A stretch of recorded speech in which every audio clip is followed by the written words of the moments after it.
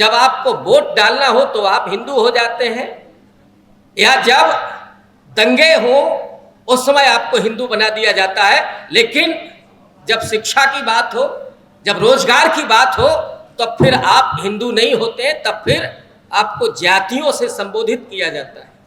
मैं उत्तर प्रदेश से हूं। उत्तर प्रदेश में हालात ये है कि प्राइमरी स्कूल बंद किए जा रहे हैं, शराब के ठेके खोले जा रहे हैं। अब समय आ गया है कि जब ओबीसी की भी जाति जनगणना हो, और ओबीसी की ही क्यों हो, जो सवर्ण जातियां हैं उनकी भी गणना हो। अभी मोदी जी का जो हृदय परिवर्तन हुआ है, अचानक उन्होंने कह दिया कि हम साहब जाति जनगणना करवाएंगे। तो आपको क्या लग रहा है कि ऐसे ही उन्होंने अचानक एक दिन सपना आया कि अब हमें सुध ले लेनी चाहिए? भाई कुर्मी समाज कह रहा है, कुशवाहा समाज कह रहा है, राजभर समाज कह रहा है नहीं इसका सुध ले लेनी चाहिए, और हम भी तो ओबीसी हैं। ये अचानक याद आ गया क्या? इस समय डॉक्टर रतनलाल जी ब्राह्मण चिंतक हो गए।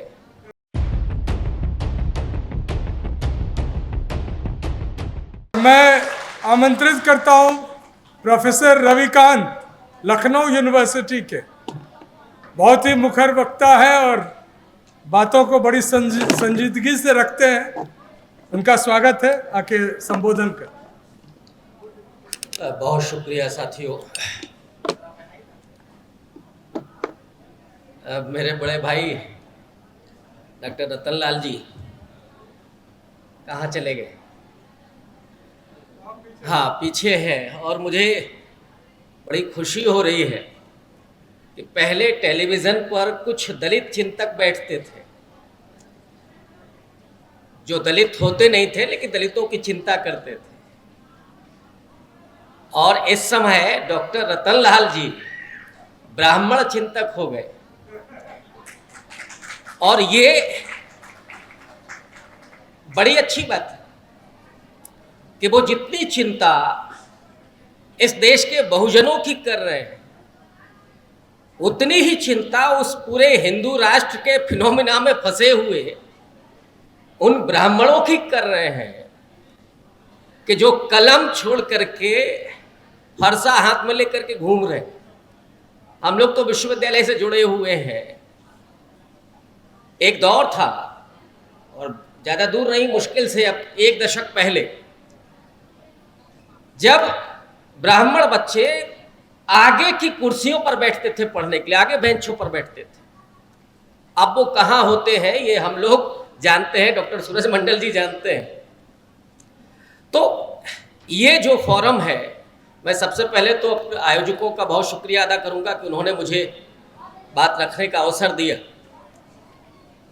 तो बात तो इस देश के संविधान की होगी, और यहाँ जहाँ आप बैठे हुए हैं बहुत दूर से लोग आए हैं, और सबसे अच्छी बात है कि माताएं बहनें बहुत बड़ी संख्या में हैं, आमतौर पर जो नहीं दिखती हैं उन सभाओं में। और जब मैं उनको देख रहा था तो मैं महसूस कर रहा था बाबा साहब अम्बेडकर के अपने जीवन को, उनकी पत्नी माता रमाबाई अम्बेडकर को, कि उन दोनों लोगों ने उस समय इस देश के 8 करोड़ दलितों की सुरक्षा के लिए अपने 3 बच्चों की जिंदगी कुर्बान कर दी। और माताबाई रमा अम्बेडकर ने बाबा साहब के कंधों पर यह जिम्मेदारी डाल दी कि आप पढ़िए और आप देश में आकर के दलितों के उत्थान के लिए काम कीजिए। और वो जो करती थी, जब बाबा साहब पढ़ाई कर रहे थे तो वो उपले पाथ करके, कंडे पाथ करके, उनको बेच करके पैसा भेज रही थी बाबा साहब को पढ़ाई के लिए। और वो रिप्रेजेंटेशन, उन महिलाओं की भूमिका, और यही वजह है कि बाबा साहब ने महिलाओं के अधिकार पर बहुत ज्यादा जोर दिया और रिजाइन भी इसी मुद्दे पर किया था। और आज अगर यहाँ माताएं बहनें इस संख्या में हैं तो मुझे लगता है कि ये बाबा साहब के उन संघर्षों की बहुत बड़ी जीत है। दलितों के भीतर तो जो उत्थान हुआ वो तो है ही। और अब मैं आता हूं आज के इस मुद्दे पर। अभी मोदी जी का जो हृदय परिवर्तन हुआ है, अचानक उन्होंने कह दिया कि हम साहब जाति जनगणना करवाएंगे। तो आपको क्या लग रहा है कि ऐसे ही उन्होंने अचानक एक दिन सपना आया कि अब हमें सुध ले लेनी चाहिए? भाई कुर्मी समाज कह रहा है, कुशवाहा समाज कह रहा है, राजभर समाज कह रहा है नहीं इसका सुध ले लेनी चाहिए, और हम भी तो ओबीसी हैं। ये अचानक याद आ गया क्या, या असल में ये आपकी ताकत और आपकी आवाज का नतीजा था? इस देश के पूरे अवाम के भीतर, समाज के भीतर इस बात की लगातार जागरूकता हो रही है कि अब समय आ गया है कि जब ओबीसी की भी जाति जनगणना हो, और ओबीसी की ही क्यों हो, जो सवर्ण जातियां हैं उनकी भी गणना हो। और ये सब आप जानते ही होंगे कि एससी एसटी की जनगणना होती है, लगातार होती है, तो उनकी तो आबादी मालूम है कि कितनी है। लेकिन एक बेईमानी ये भी हो रही है कि आबादी के अनुपात में जो रिजर्वेशन बढ़ना चाहिए उस पर चुप्पी है। एससी एसटी का वो भी नहीं हो रहा अभी। लेकिन असली मसला तो ओबीसी समाज का और अगली जातियों का, क्योंकि एक बिंदु जो आपने लिखा है कि बड़ी खामोशी के साथ जो 10% ईडब्ल्यूएस आरक्षण दिया गया, ये एक तो संवैधानिक रूप से ही गलत था। आर्थिक आधार पर आरक्षण का कोई प्रावधान है ही नहीं, लेकिन वो कर दिया गया। अब इस समय जो हालात हैं कि लोग बेरोजगारी से, महंगाई से, और इस समय तो जो लोग सोशल मीडिया देख रहे होंगे सिलेंडर से बहुत परेशान है, और ढूंढ रहे लोग वो सिलेंडर वाली स्मृति ईरानी कहाँ है, वो जरा दिख जाए, वो कहें कि इतना दाम बढ़ गया है और खोपड़ी पर रख करके आए, लेकिन अभी कोई नहीं दिख रहा। एक महिला बेहोश हो गई, एक नहीं कितनी हुई होंगी जो लाइन में लगे हुए लोग। दूसरा, महंगाई जिस तेजी से बढ़ रही है और सामान्य चीजों की, उससे लोग परेशान हैं। लेकिन कहा यह जा रहा है कि साहब दुनिया की सबसे बड़ी सरकारी योजना मोदी जी चला रहे हैं, और वो क्या है, या 82 करोड़ लोगों को 5 किलो राशन दे रहे हैं।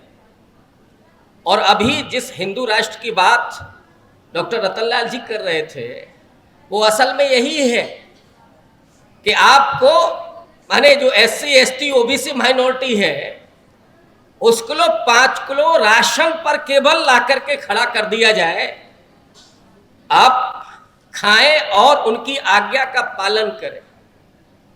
एक आज्ञा पालक समाज बनाना है, क्योंकि संविधान में तो आपके राइट्स हैं, आपके अधिकार हैं।